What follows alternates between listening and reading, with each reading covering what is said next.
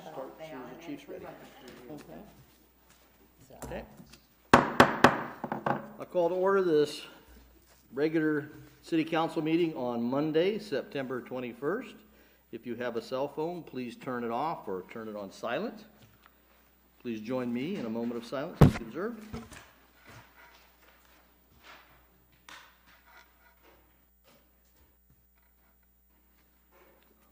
Please stand and join me in the Pledge of Allegiance.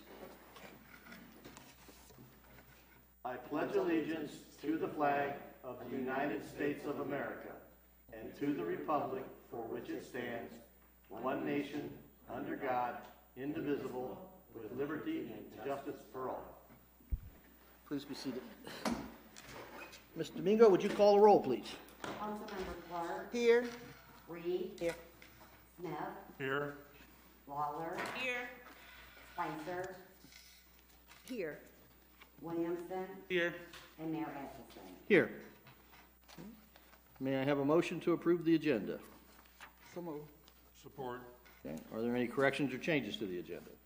Councilwoman Spicer. Is this a revised agenda? That's the one to ask, or is it the same one that the revised one? Okay, thank you. I haven't looked at it, but- Any further questions? Okay. All those in favor say aye. Aye. Any opposed? The agenda is approved. Okay. All right, presentations and recognitions. We don't have any scheduled this evening. We don't have a public hearing scheduled, but we do have public comments, and we'll open that up for 3 minutes per person to comment on agenda items. Proper decorum is required. Chief, do we have public comments? Okay, we have no public comments this evening. So we'll move into the next item. May I have a motion to adjourn to go into closed session? The city manager requests a closed session under the Opens Meeting Act for strategy and negotiation sessions connected with the negotiation of a collective bargaining agreement when either bargaining and negotiating party requests a closed hearing. So moved. Is there support? Support. Okay. Ms. Domingo, would you read the roll, please? Councilmember Clark. Yes. Reed. Yes. Smith. Yes. Lawler. Yes. Spicer. Yes. Williamson. Yes. And Mayor Atchison. Yes. We are adjourned. Okay. Chief, let me know when you've cut the feed. Thank you, sir. Okay. Thank you.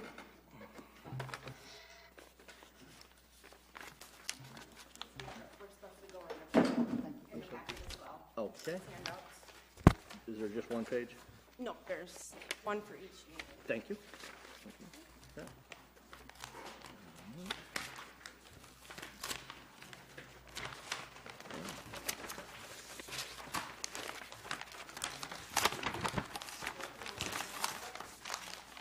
Would you shut the doors, please? Thank you.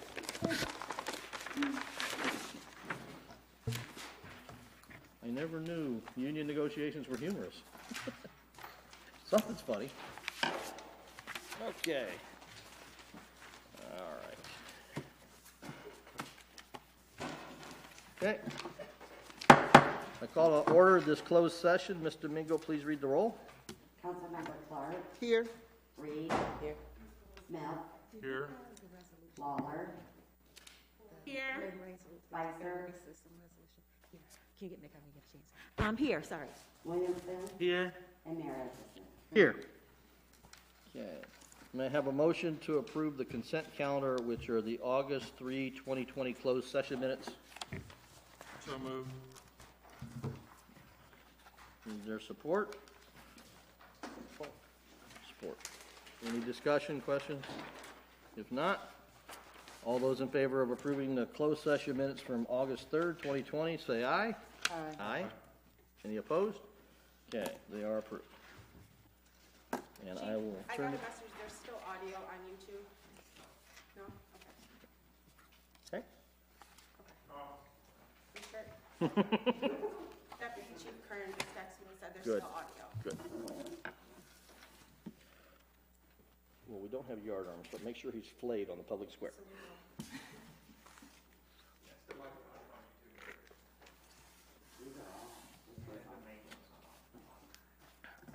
This will work.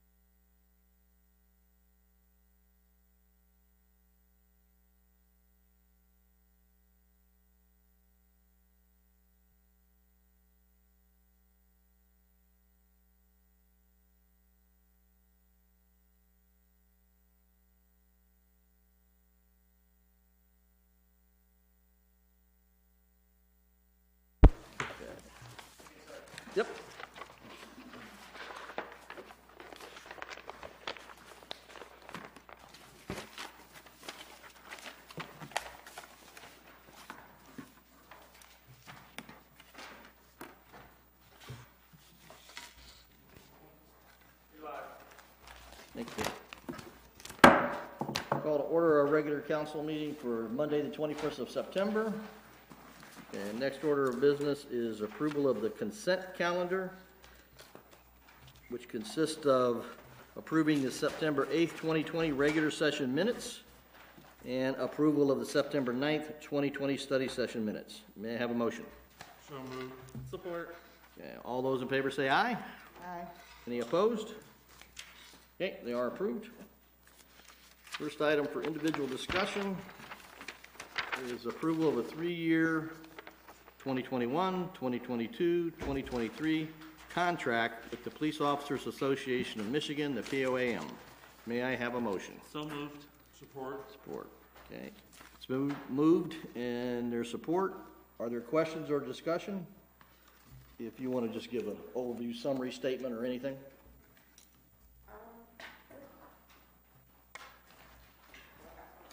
And I don't want to go into the closed session details, but just if you just want to give a highlight of it was a successful negotiation and that kind of thing. Yeah, it was, given the circumstance, we got started a little late on the collective bargaining process this year. However, the Pole Union Group they were very open and well to work with. The collective bargaining process went really smooth, and I'm looking forward to getting these contracts signed. Not bad. Any comments or questions by council? Seeing none, Mr. Mingo, please read the roll. Councilmember Reed, Yes. Smith, Yes. Lawler, Yes? Spicer, Yes. Williamson, Yes. Clark, Yes. and Mayor Atchison. Yes. Okay, item B, approved 3-year contract with the Albion Command Officers Association, the ACOA. May I have a motion? So moved. Support. Okay. You want to give a overview comment? Yep, again, our command staff union group, they were great to work with during this collective bargaining process, and just happy to get a new contract signed with this group. Any questions or comments by council? Okay. Mr. Mingo, would you please read the roll? Councilmember Smith, Yes. Lawler, Yes? Spicer, Yes. Williamson, Yes. Clark, Yes. Reed, Yes. and Mayor Atchison. Yes. Item C, approved 3-year contract, 2021, 2022, 2023, with the Albion Clerical Alliance, the ACA. May I have a motion? So moved. Support. Support. Any questions or comments? Comment by city manager? Again, they were a great group to work with, and I'm just thankful that all 3 of our union groups were so willing to get together and have a smooth process, given the short time frame that we had. So I'm just happy that we were able to get that process Thank you. completed. Mr. Mingo, would you read the roll, please? Councilmember Lawler, Yes. Spicer, Yes. Williamson, Yes. Clark, Yes. Reed, Yes. Smith, Yes. and Mayor Atchison. Yes. Approved. And I want to compliment you for working through that quickly with all 3 of the unions. Appreciate it very much. I just want to remind council, we do have one regional union, our Public Services Union, our AFSCME union group. Their current contract is good through the end of December, so I will be working to negotiate a new contract with them here very soon. Okay. Next item is item D, Boards and Commission appointment to the Recreation Advisory Commission. This is an initial appointment for Mr. Mark Lelly, his term to expire February 21st, 2023. May I have a motion? So moved. Is there Support. Okay. Discussion. Mr. Lelly is not here, and I'm not sure if he's connected on Zoom or not. He currently serves on the Planning Commission, but he will, if confirmed tonight, to sit on this board, which he has a greater interest in. He will resign from the Planning Commission to be able to appropriately dedicate the time. So, any questions or comments by council on this appointment? Councilman Smith. Just knowing Mr. Lally and his abilities and education, it will be a bad thing for the Planning Commission to lose his expertise, but it will be a great thing for the Parks and Recreation Commission to have him join there. Okay. Thank you. Any other comments or questions? Okay. All those in favor say aye. Aye. Aye. Any opposed? Hearing none. He is confirmed.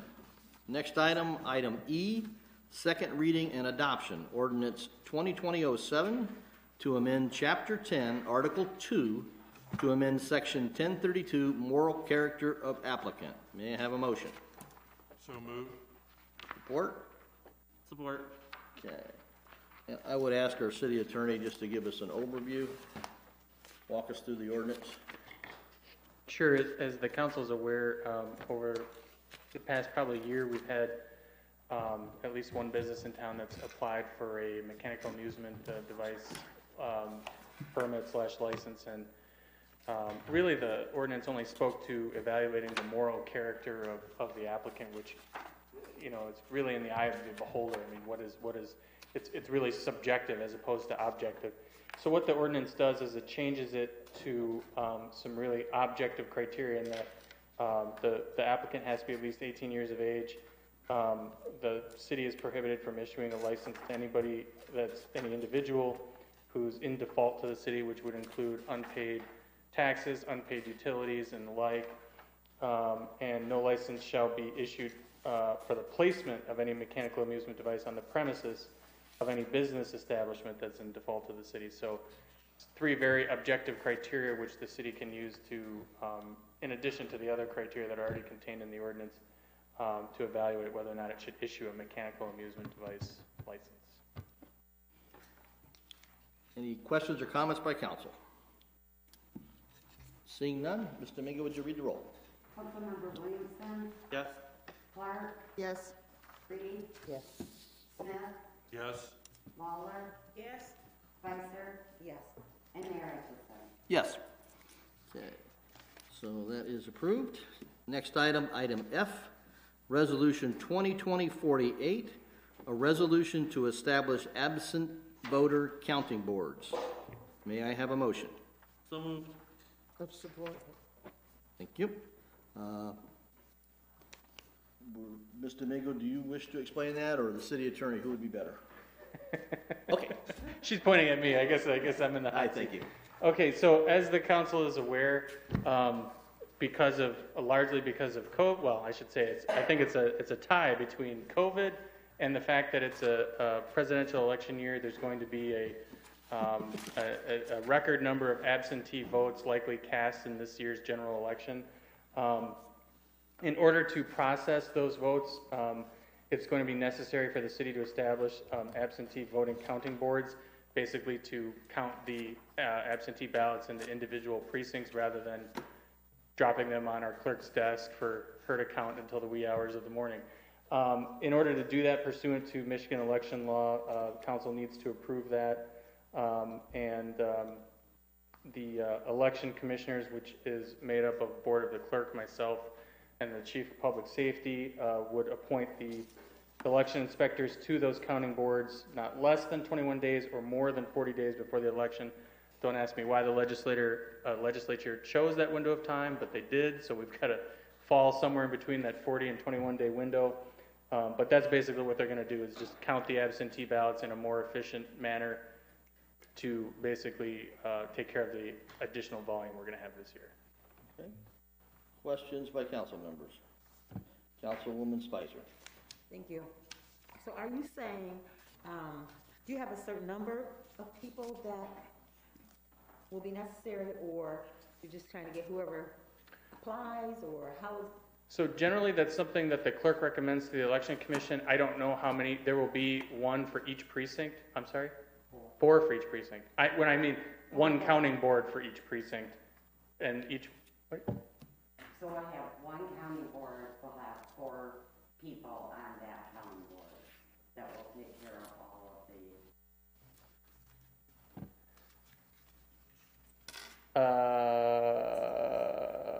So it's not one person per precinct, so are you saying it's 4 person per precinct, or? We have to have a minimum of 3 on a county board. So you can have a minimum of 3, a maximum of however many people. Okay, That's the. okay, thank you. And then do you just, people apply, or how's that process going to work? Yeah, they're election inspectors, so Just they the have to same go as- through the 2-year training, yeah. Just the So same as the same poll people that workers? work at the Okay, polls, Yeah. okay, thank you. Okay. Or what are the other than they have the training, when you, the makeup of the board, do you distribute it amongst the precincts, No, we're just. Republicans, required to have- Democrats? Yeah, we have to have 2 of each? 2 of each. Okay, Yep. all right. Last question. Councilwoman Spicer. Thank you. Are council members permitted to be a part of that? I know we had an issue earlier about, council members being poll workers. I don't have anyone, that's on council that's working the election at all. Okay, And the polls are in the county board. okay, thank you. Any further questions? Seeing none, Ms. Domingo, would you read the roll? Councilmember Clark, Yes. Reed, Yes. Smith, Yes. Lawler, Yes. Spicer, Yes. Williamson. Yes. And Mayor Atkinson. Yes. Okay, next item G, Resolution 2020-49 to approve contract 205164 with the Michigan Department of Transportation. May I have a motion? So moved. Support. Okay. And do you wish to give us the overview? Thank you. Yeah, so this contract with MDOT, it's for the Albion Trail expansion project. This, the non-motorized path will be expanded along Highway M99, or Michigan Avenue, from Bernstein Drive to North Albion Street. So we are in the process of getting the bid specs finalized to get that project out for bid for early springtime construction. So this contract just allows us to do work along Michigan Ave or M99 because it is a state highway. Are there questions by council? Okay, seeing none. All those in favor say aye. Aye.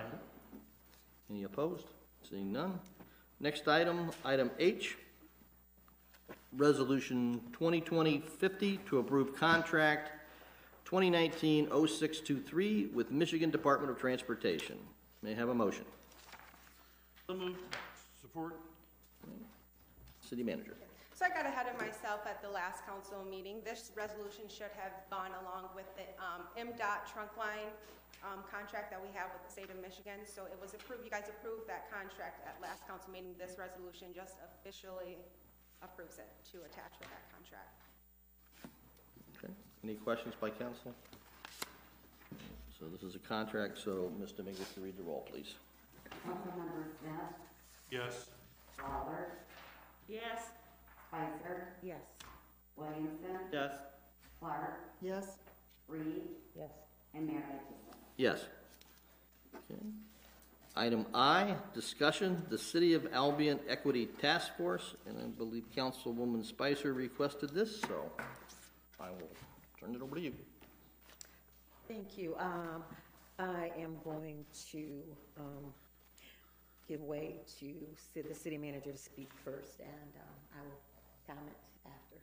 Yep, so just when looking over the resolution, I believe 2020-36, declaring racism as a public health crisis, within that ordinance, council is supposed to develop or create a City of Albion Equity Task Force. So you did adopt that resolution, so we just need to get that task force created. Colin can correct me if I'm wrong, I believe it would follow with the same process as our other board and commission appointments where people would apply, or? It's a citizens advisory board set up under section 5.7 of our charter, and so yeah, the appointment process would be the same. Interested parties will apply, the mayor will recommend to the council, and council will approve. Yes. So I didn't know, Councilmember Spicer, if you had anything else that you wanted to add, but we do need to get this task force created. So if you have any individuals that you are interested in serving on this task force, encourage them to apply. The boards and commissions application can be found on our city website. Councilwoman Spicer. Thank you. I just want to add as well that I know the resolution says that it should be made up of citizens and what else was it, Collins? But I was curious if we could have if there was room for allowing someone who is not a city resident, but perhaps work with the county to be a part of the board or this task force. Because I think we have some excellent people, professionals who know the detriment that minorities have when it comes to public health. And after talking to several individuals in the county, at the county level, Elizabeth is with the Kellogg Foundation, and then I spoke with Amy and one other lady, I can't recall her name. They have a wealth of information, knowledge, and experience with this. So I did mention it to Cullen if we could go outside of Albion, and he informed me what, Cullen? Well,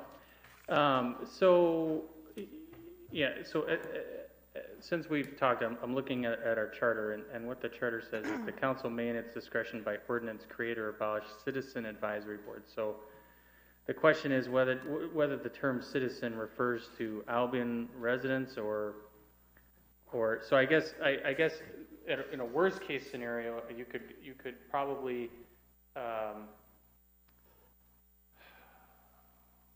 I guess at a minimum, you could have them attend the meetings and certainly lend their expertise to the advisory board. I'm wrestling around with the idea of whether they could be kind of an ad hoc member, given that, you know, if you're not a resident of the city, are you a citizen of the city? So I think at a minimum, you could have them attend the meetings and you know, as many public bodies do, they gather expertise from those individuals who happen to have that additional knowledge outside of residency. So that's my 2 cents on it, if that makes sense. So if there's any council member that has any reservations or objections or concerns, there's plenty of precedent where we have people that do not live within the city limits of Albion, or therefore are not electors, but serve on boards and commissions.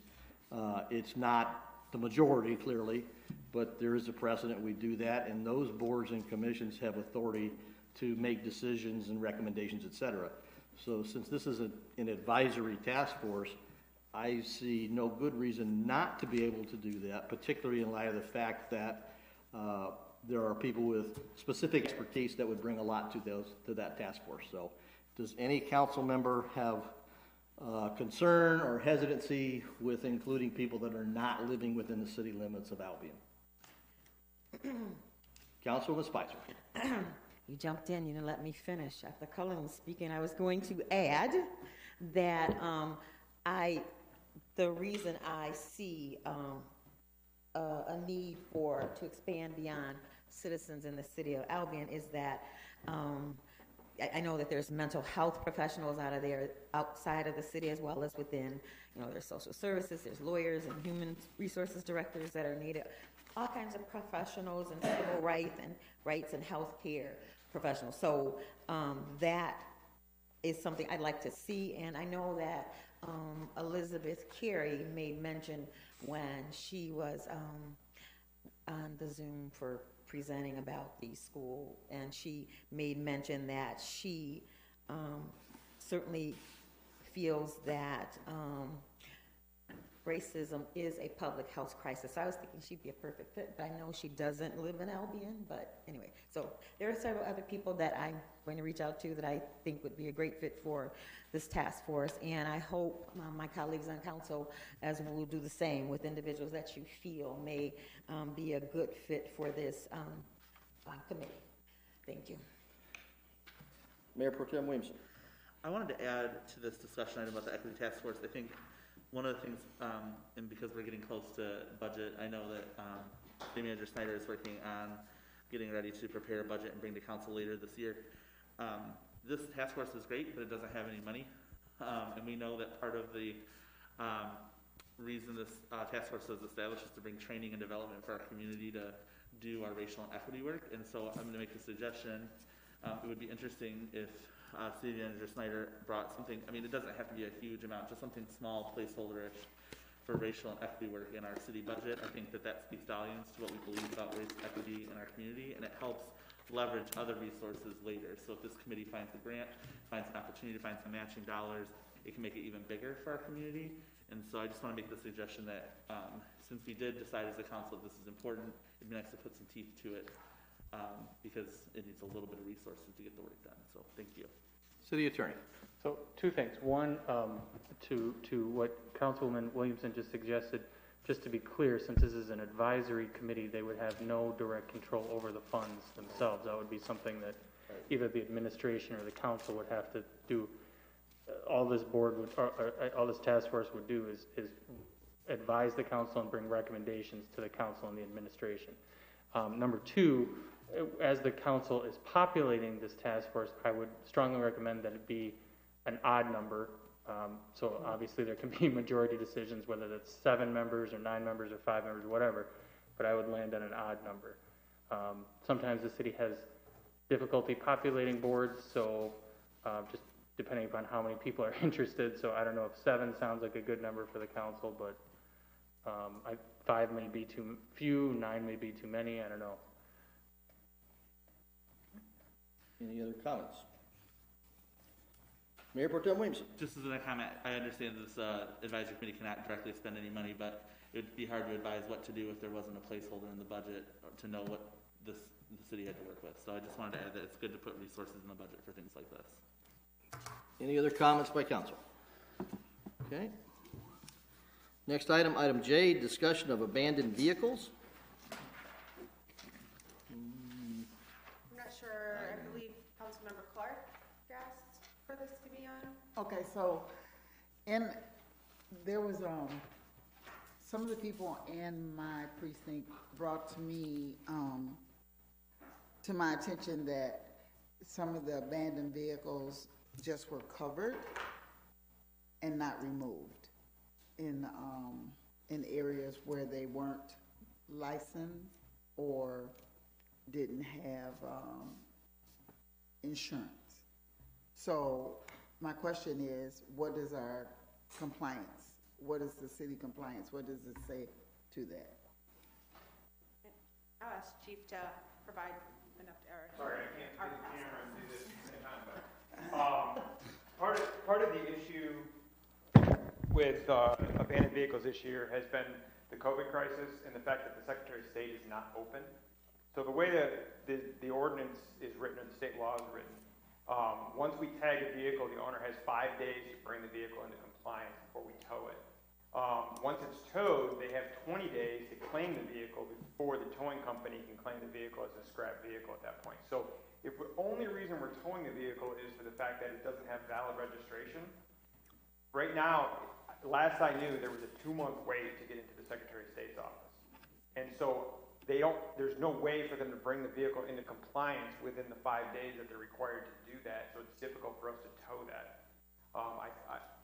The city attorney could probably speak to this, but I think we'd have a hard time winning that case in court, and we could end up being liable for the vehicle or the cost of the vehicle or so forth because we took it under conditions which they couldn't bring it into compliance. But they can always do it online. In the lab, you can go to, yeah, and If you're renewing it, you can, but I don't think you can do it if you have to go get a registration for it. If it doesn't have a valid registration for it currently. They don't offer that option online. Right. Yeah, so I don't. So you'd have to have an appointment, and like I said, the last I knew, the appointments were 2 months out. Now, we have tagged over 40 vehicles this summer. We've towed a few of them because they're not operational. Most of them have been brought into compliance by being removed from the area they were in. We're not dealing with them anymore, but you are correct. There are some that are just covered, and I would love to deal with it. This has been an odd summer to take care of that, so. okay. Any other comments by council members? Seeing none, we'll go to the next item, which is to approve reclassifying 500 Beamer Street from M1 Light Industrial to an R2 Multiple Family Residential District. May I have a motion? So moved. Is there support? Support. Thank you. Discussion? And I believe Director Tracy should be with us if any members of council have any questions. Okay. Councilwoman Lawler. Thank you. Is there any reason for the change?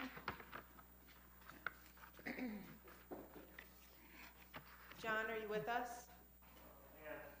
I think Yep. it's because that area is being developed. Yes. And there's some, one, the church is building a huge, structure on there, and then it's also had areas where it's up for sale. So we want to make it open, if I'm correct, we want to make it open so we can. I think John's on, but I've been involved in this as well, and I can speak a little bit to it.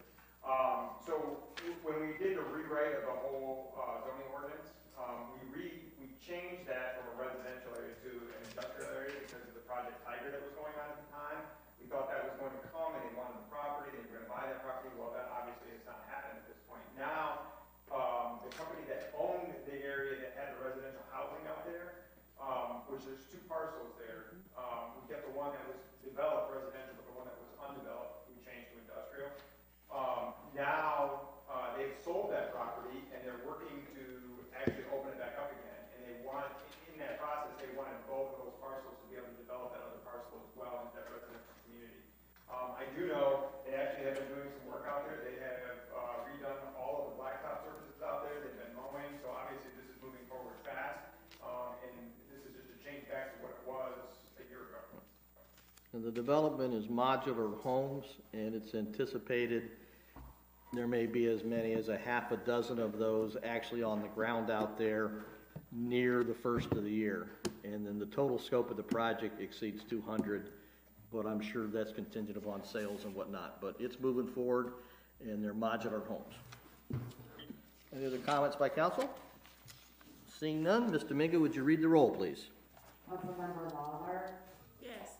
Spicer, Yes. Williamson, Yes. Clark, Yes, Reed, Yes. Smith, Yes. and Mayor Atchison. Yes. Next, future agenda items. Council members have future agenda items? City Attorney. We had a busy summer, so I waited until we got past that to bring it up, but it is getting to that time for the annual city attorney review. Okay. I'll wear my shirt with the target on it, just let me know when. I'll ask the city manager, can you distribute out the form to all of the members of council? And if you, city attorney, I invite you, if you wish to put together, in the military we used to call them brag sheets, but a listing of accomplishments or whatever, that's open to you to refresh council's memory. Sure. It certainly has been a busy year. Mayor Pro Tem Williamson. go ahead. Oh, sorry. I have a full intention of bringing on some more revisions to the outdoor cafe, dining and seating ordinance, to the next meeting. Sorry, I'll say that without the mask on for just a moment for folks who didn't hear me. I intend on bringing some more revisions to the outdoor cafe, seating and dining ordinance. Councilwoman Clark. So it's not a future agenda item, but it's something that somebody wants me to ask about that could be a future thing. The park that was designated to Mrs. Craig, the family wants to do, since we're not having a Festival of the Forks this year, they wanted to do like a outdoor tribute to her on that park. And with the COVID guidelines, they were wondering, one, if they could have picnic tables up there or if it's something that they could do at this time. Okay. What park are we talking? That, Tribute. right there on Chauncey and Austin, that little area was designated to her. Chauncey, oh, where they tore down those, oh, okay. They're making a park, okay, thank you. So I'll let the city manager answer that. You can get back with me Yeah, on can that, I Haley. connect Yes, with you to yes. discuss? Yep. Okay. Okay. Any other future agenda items? Okay, seeing none, we'll go into public comments. Chief, let me know if we have anybody for public comments. We have one, give me just a second. Okay.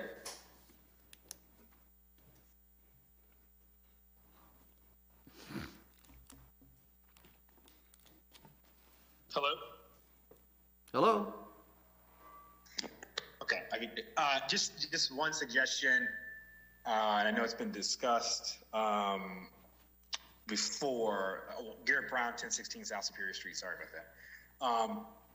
Hopefully, the city can invest in updating the microphone system because it is very hard to hear through the current system. So that's my only comment. I think the city needs to invest in fixing that because it is very hard to hear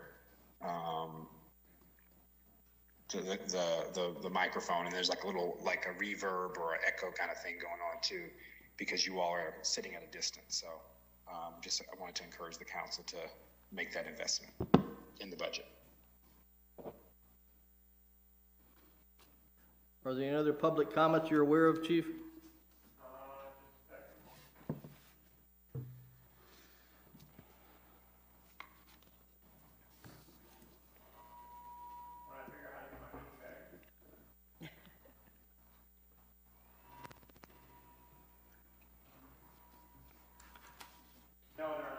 Thank you. Next is the city manager's report. Yeah, so you all should have received a copy of my report in the packet. Just wanted to highlight a few things. A new drop box has been installed out front of City Hall. It is larger than the old drop box that was out there before. We received this actually through the state for election materials. However, it's big enough. We decided to put it out there for election materials, utility, and tax payments. No cash payments, please. They do not go into the drop box. You can go and handle cash payments at the front window. The first progress meeting for the North Clark Street project was held on Wednesday, September 16th. I've attached minutes from that meeting for your review. I received notification that the Calhoun County Consolidated Dispatch Authority, or Calhoun County 911, will be seeking a 911 surcharge during this upcoming November election. For further information, and if you have any questions, you can contact Richard Fiol, who is the director of the CCCDA director. And then I just wanted to remind everybody of the COVID procedures that we have in place here at City Hall. We are open to the public Monday through Friday from 9 a.m. to 4 p.m. All guests are required to self-screen using the questionnaire posted on all of the entry points prior to entering the building. Face masks are required when you are inside City Hall, and please try to maintain that 6-foot separation. And as we enter cold and flu season, it's important to follow the CDC's recommendations. Wash your hands often with soap and water. If you don't have soap and water, use hand sanitizer. Avoid touching your eyes, nose, and mouth, and try to maintain that social distance and clean and disinfect frequently touched surfaces. Not included in my report, I did, after speaking with Chief Kipp, I know it was brought up at the last council meeting, you guys would like to have a presentation on the public safety procedures and speeding within the city. We feel that it would be best to hold some type of town hall to have those conversations, so we will have further discussions to see if we're going to do a virtual town hall. It's possible to get outside before it gets too cold, but we will look to schedule a town hall to discuss those topics. And that is all I have. Okay. One quick question. I had hoped to see on the agenda for us the opportunity to vote on the contract for tree trimming. If you could comment on that. Yes, we did receive one bid. We put out for bid for tree services. We did receive one bid. I know Cullen was in the process of drafting a contract. However, we needed a little bit more detailed from the vendor that entered that bid. I will let Attorney Artemis speak. Yeah, so not to deride the vendor, but basically they just kind of put some numbers on a receipt, and it's so vague and ambiguous. I have 90% of the contract done. I just don't know what they mean when they, with certain prices, whether they cover only certain services or all services. It's not clear. So I did leave a message with our DPW director to reach out to the vendor, who my understanding is that he took care of the bid process to get clarification as to what is covered. Assuming we get that in the next week or so, I'll have the contract for the next meeting because it's great, almost done. Great. Councilwoman Lawler. Thank you. Are we able to know who it is or no? are we able to disclose that? Yeah, it's my understanding it's the only bid, so it's not like it's going back out for bid. It was Rusty for Farms.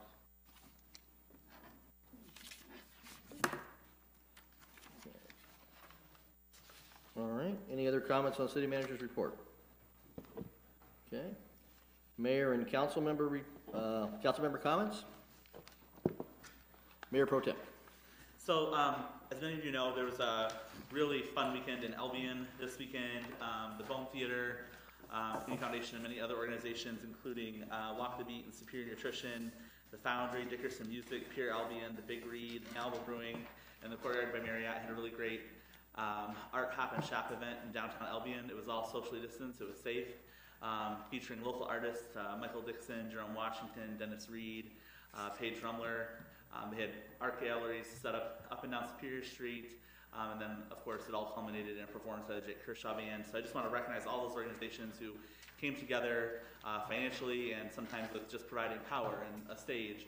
And those artists for giving people in Albion something to do this weekend is very well attended. And I just want to say thank you for keeping this together during these really strange times we're in. Any other council members' comments? Oh wait. Mayor Pro Tem. Yeah, one more thing. So I've asked about this before, but the banners on the banners for the downtown lights that were given to us by the chamber either last year, are we ever going to get those back up again? I know that I've been asked multiple times about it, but I'm just wondering, are we going to get them up or? Yes, we do. We currently don't have a truck that we can provide a truck. A bucket truck? Yes. Councilwoman Clark. I do want to say, I'm very appreciative of the construction that's going on in our area that's making all the sidewalks handicap accessible. Because I have a lot of people in my area that I see riding all the time on wheelchairs. So I'm very, very appreciative of that. Thank you. Councilwoman Reed, did you have? Yesterday, I was invited to Holland Park to the meeting that the My Brother's Keepers had. And I must say, it seems as though they're doing a very good job of organizing something to help young people. And so I'd just like to commend them for what they're doing. And hopefully the city will get behind them and help. Okay. So I want to share with everyone from my comments to start off. This is a approximately 3-minute video from Lieutenant Governor Gilchrist. This is in reference to the COVID-19 neighborhood testing sites. So Ms. Domingo, if you would play that. COVID-related health outcomes shouldn't look different based on what color your skin is or what language you speak. If you're differently able, or whether you can get to a test site, whether you have insurance, or how much money you or your family has in their bank account. But the bottom line is, that's exactly what the data shows. For example, African Americans are about 14% of the state's population, but account for 28% of the COVID cases and 40% of the deaths. The residents of the state of Michigan deserve better. That's why the state's Coronavirus Task Force on Racial Disparities was formed, because we all deserve the same chance to stay safe and healthy and to reduce risks for our loved ones. To overcome these barriers that exist for people of color and economically disempowered people of all races, the Neighborhood Testing Program is bringing testing locations right in the middle of neighborhoods and places you already know. We want to empower residents of the Nation. Through knowledge, you can be empowered and empower people you love by helping them get tested. And that will change health outcomes for the better. These sites that you're stepping foot into, you know them. They have been in your community for a long time before we approached them. Instead of asking you to walk into the clinic, we're simply encouraging you to walk around the corner. And we're removing all of the barriers. This is no questions testing. You don't need a doctor's order or need to be having symptoms. It's free, although bring your insurance card if you have one, and want to use it. You don't even need to have a government-issued ID. And we are testing all ages, from babies to our older adults. With COVID-19 testing in the neighborhood, in a place you can trust, I only have one question. Why not go?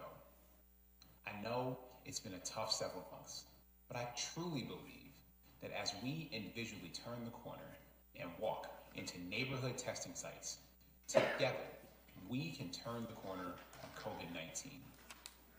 Under the leadership of Mayor Dave Atkinson and Albion College President Dr. Matthew Johnson, the Albion community and Albion College are united in the fight against COVID-19.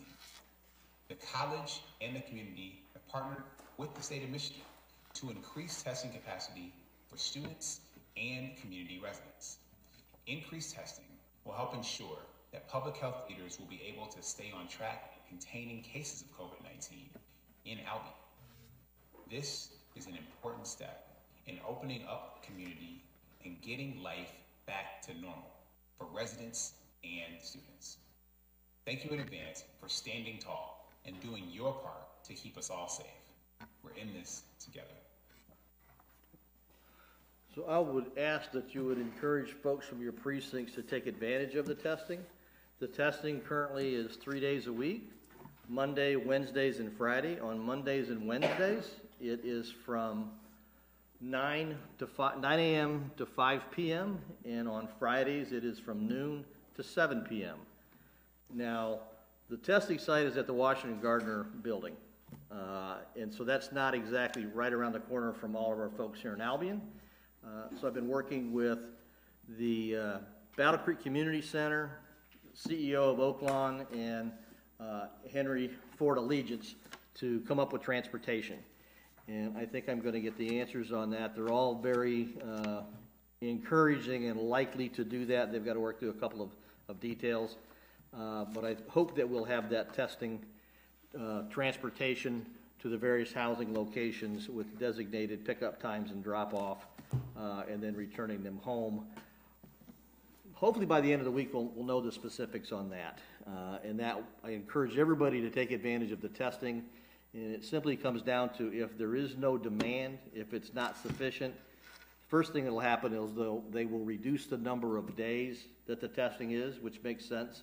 And if there still is not enough demand, then they will pull the testing capability out, and they won't just let the resources and expend the money to let it sit here if it's not being used. So I would encourage everybody to take advantage of it, encourage people in your precincts to take advantage of it. It's a great opportunity, and it really does help the community. We are working on getting that transportation set up, and like I said, I hope by the end of the week to have the answer on that. So, other things I wanted to mention was the September 12th, that Saturday, the Community Unity Service Day.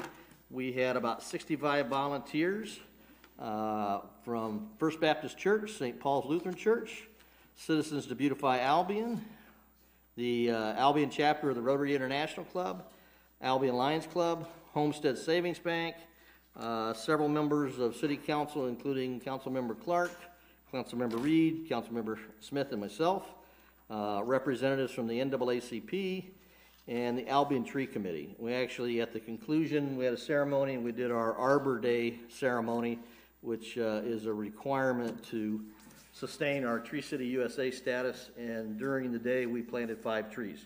And we were delighted that the city manager was present and gave words of encouragement and thanks to everybody that turned out and volunteered. And as I expressed to her, we really do appreciate all the hard work by the city employees helping us get ready for that and executing that. So that was a tremendous success. Followed by this last Saturday, the 19th, Kids and Stuff Museum had their sidewalk chalk art contest, and they raised over $700 for the Kids and Stuff Museum, and I think it served as sort of a lead-in activity for the Downtown Art and Music Festival. And so I know that was really successful, and it's nice to see those things happening. And then last but not least,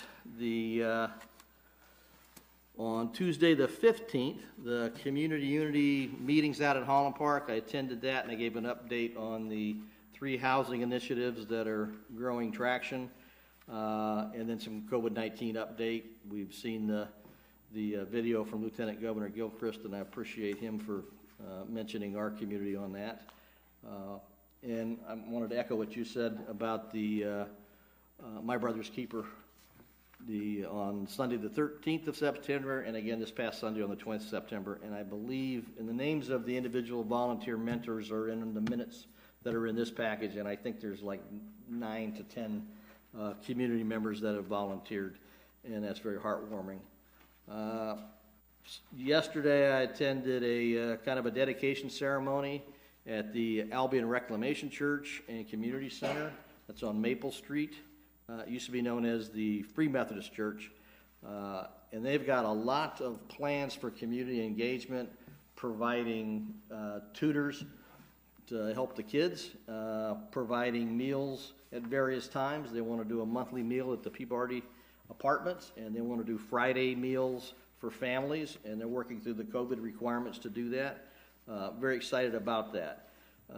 One of the things that they're committed to that they're going to do, which I think is going to be very helpful and good for the community this year, is they historically have been doing trunk or treat, as other locations have been doing that too, and I suspect that many of the locations here in Albion that have historically done that aren't going to be doing that because of COVID-19. I don't think the college will be doing it, and a couple of other things. I'm not sure the downtown merchants are going to do anything. So I believe that is set for the 17th of October, and I know myself and several of our council members, Councilmember Smith, Councilwoman Reed, are going to get together and provide them with the pumpkins to do a pumpkin patch, free pumpkins. It'll be social distancing for the kids. That'll be on Saturday the 17th at that church. There'll be other activities, of course, and I'm working with Councilwoman Reed to do something similar, same day, different day, at a Holland Park. And again, another 50 pumpkins for a free pumpkin giveaway. And I think that's about all of that I wanted to mention, but appreciate all of the community that's turned out and spend time actually volunteering in the community, and that's very heartwarming. So. Can I ask you a question? Absolutely. So is the city sponsoring the pumpkins? Who's doing that? Palmer House. My bed and breakfast, my business. We are getting a lot of volunteers lined up to go pick the pumpkins, because that was the least expensive method. They're going to only cost us $1 a pumpkin. So, any other questions? If not, may I have a motion to adjourn? Okay. All those in favor say aye. Aye. We are adjourned.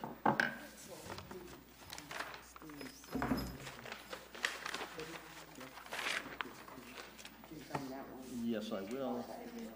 I have not, but I will. You have not, but you will? I will. Yes, ma'am.